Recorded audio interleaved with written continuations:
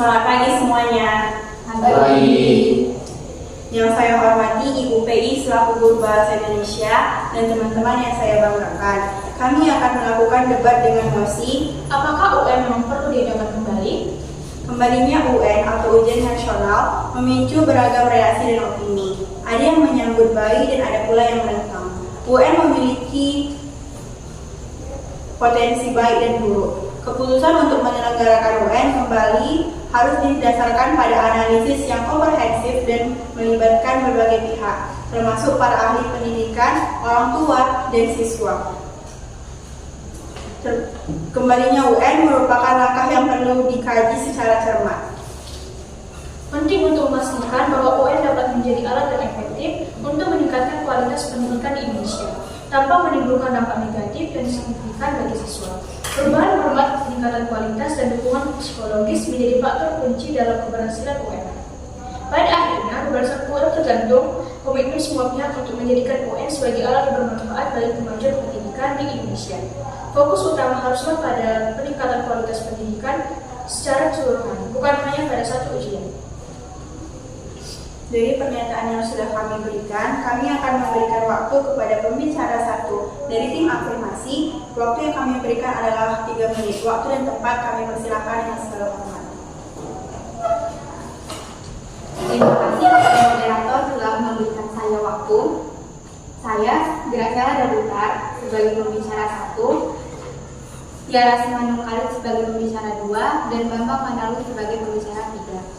Kami sebagai tim afirmasi setuju dengan mosi yang diberikan, yaitu apakah UN memang perlu diadakan kembali.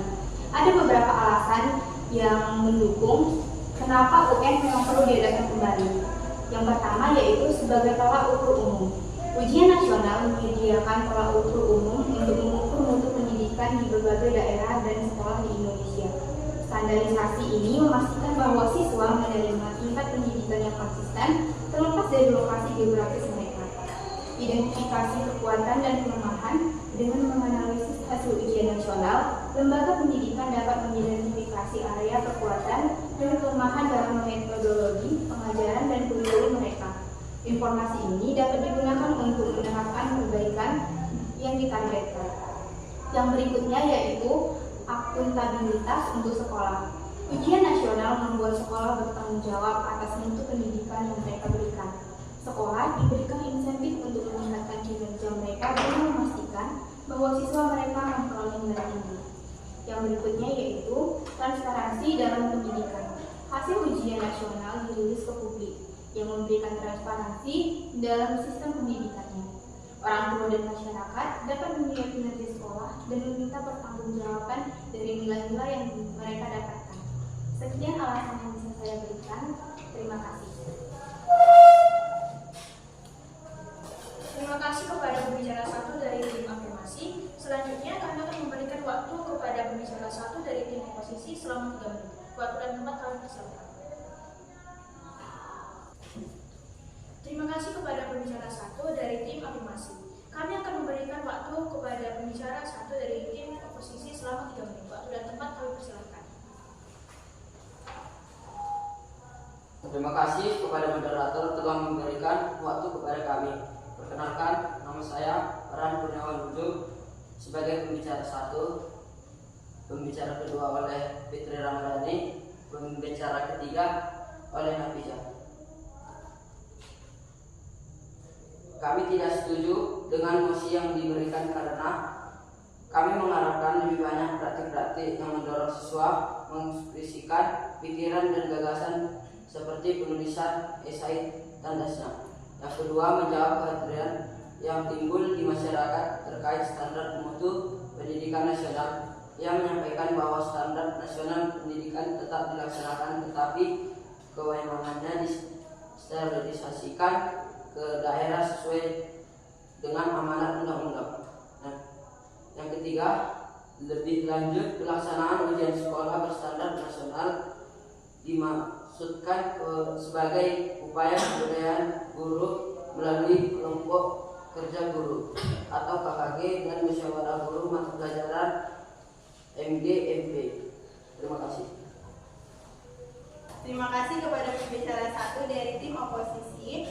Selanjutnya kami akan memberikan waktu kepada pembicara 2 dari tim afirmasi.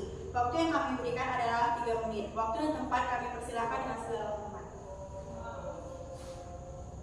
Terima kasih kepada moderator telah memberikan saya waktu untuk menyampaikan pendapat saya. Kami setuju dengan mosi yang diberikan karena UN memiliki manfaat diantaranya. Yang pertama, mendorong peran aktif orang tua dalam pendidikan. Ujian nasional juga memberi dorongan bagi orang tua untuk lebih terlibat dalam pendidikan anak mereka.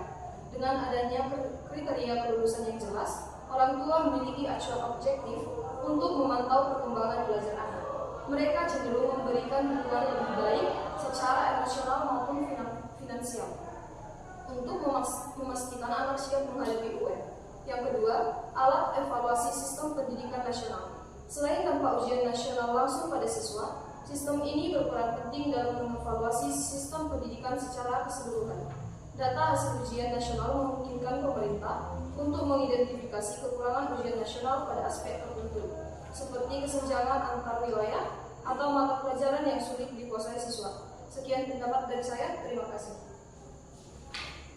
Terima kasih kepada pembicara 2 dari tim afirmasi. Selanjutnya kami akan memberikan waktu kepada pembicara 2 dari tim oposisi selama 3 menit. Waktu dan tempat kami persilahkan. Terima kasih kepada moderator telah memberikan waktu kepada saya. Kami tidak setuju dengan mosi yang diberikan karena ujian nasional seringkali menjadi sumber tekanan besar bagi siswa. Ketergantungan kelulusan pada hasil UN membuat banyak siswa merasa cemas, bahkan stres. Tidak jarang kondisi ini mengaruhi kesehatan mental mereka. Karena fokus pada hasil UN, banyak sekolah hanya mengajarkan materi yang diujikan, mengesampingkan pengembangan keterampilan lain yang penting. Pendekatan ini membuat belajar menjadi kurang menyeluruh dan siswa kehilangan kesempatan untuk mengeksplorasi potensi mereka di bidang lain. Standar UN yang tidak selalu adil bagi siswa di daerah terpencil. Banyak dari mereka kekurangan fasilitas belajar, guru berkualitas, atau akses ke teknologi. Hal ini membuat hasil UN mereka seringkali tidak mencerminkan kemampuan sebenarnya, tetapi lebih memiliki ketimpangan sarana yang mereka miliki. Sekian pendapat saya, terima kasih. Terima kasih kepada pembicara 2 dari tim oposisi. Selanjutnya kami akan memberikan waktu kepada pembicara 3 dari tim afirmasi. Waktu yang kami berikan adalah 3 menit. Waktu dan tempat kami persilakan dengan segala hormat.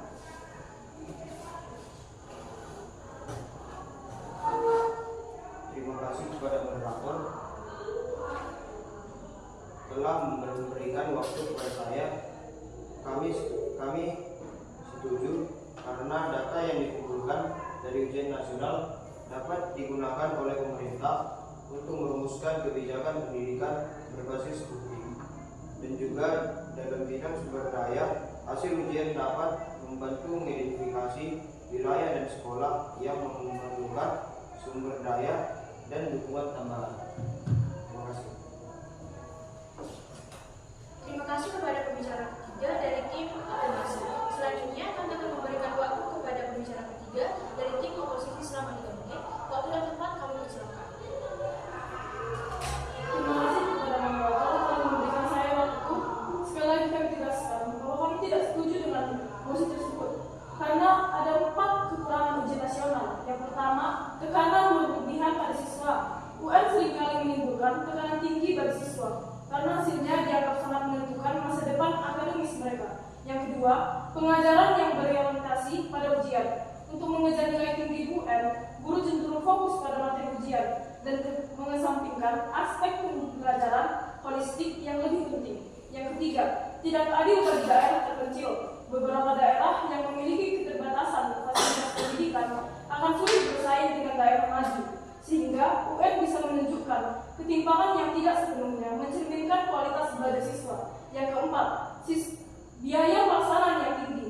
Penyelenggaraan UN memerlukan anggaran besar, baik dari sisi penyediaan sosial, pelaksana ujian, hingga pengelolaan hasil. Sekian yang bisa saya pendapatkan. Terima kasih. Selanjutnya, terima kasih kepada pembicara tim afirmasi dan tim oposisi yang telah menyampaikan pernyataannya. Kami akan memberikan waktu kepada kedua tim untuk menyampaikan kesimpulan. Kami akan mempersilahkan kepada tim afirmasi. Waktu dan tempat kami Terima kasih kepada moderator. Kesimpulan yang dapat kami berikan yaitu, apakah UN memang perlu diadakan? UN memang perlu diadakan karena memiliki beberapa kelebihan, yaitu pertama, standar penilaian nasional. UN dapat memberikan standar yang sama untuk mengukur kemampuan siswa di seluruh Indonesia. Dan yang kedua, pemetaan kualitas pendidikan. Melalui hasil UN, pemerintah bisa memetakan daerah mana saja yang memerlukan perhatian khusus dalam hal pengembangan pendidikan. Yang ketiga yaitu dorongan bagi siswa dan sekolah. Kehadiran UN mendorong sekolah dan siswa untuk lebih giat belajar dan mencapai target akademis yang telah ditetapkan. Dan yang terakhir, data untuk kebijakan pendidikan. Hasil UN bisa menjadi data penting bagi pemerintahan dan merancang kebijakan pendidikan yang relatif efektif dan terukur. Jadi, apakah UN memang perlu diadakan kembali? Ya, UN memang perlu diadakan kembali. Terima kasih. Terima kasih atas kesimpulan dari tim afirmasi. Selanjutnya akan mempersilahkan kepada tim oposisi untuk memberikan kesimpulannya. Waktu dan tempat kami persilahkan.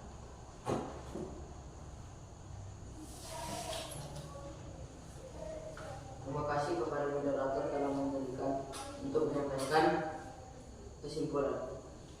Pendapat kontra, UN tidak efektif dalam mengukur kemampuan siswa, hanya menguji kemampuan menghafal. UN dapat menyebabkan stres dan tekanan yang berlebihan pada siswa. UN tidak relevan dengan kebutuhan dunia kerja saat ini. UN melemahkan karakter siswa. UN tidak mengukur keterampilan siswa secara holistik karena hanya terbatas pada aspek kognitif saja. Terima kasih. Terima kasih atas kesimpulan yang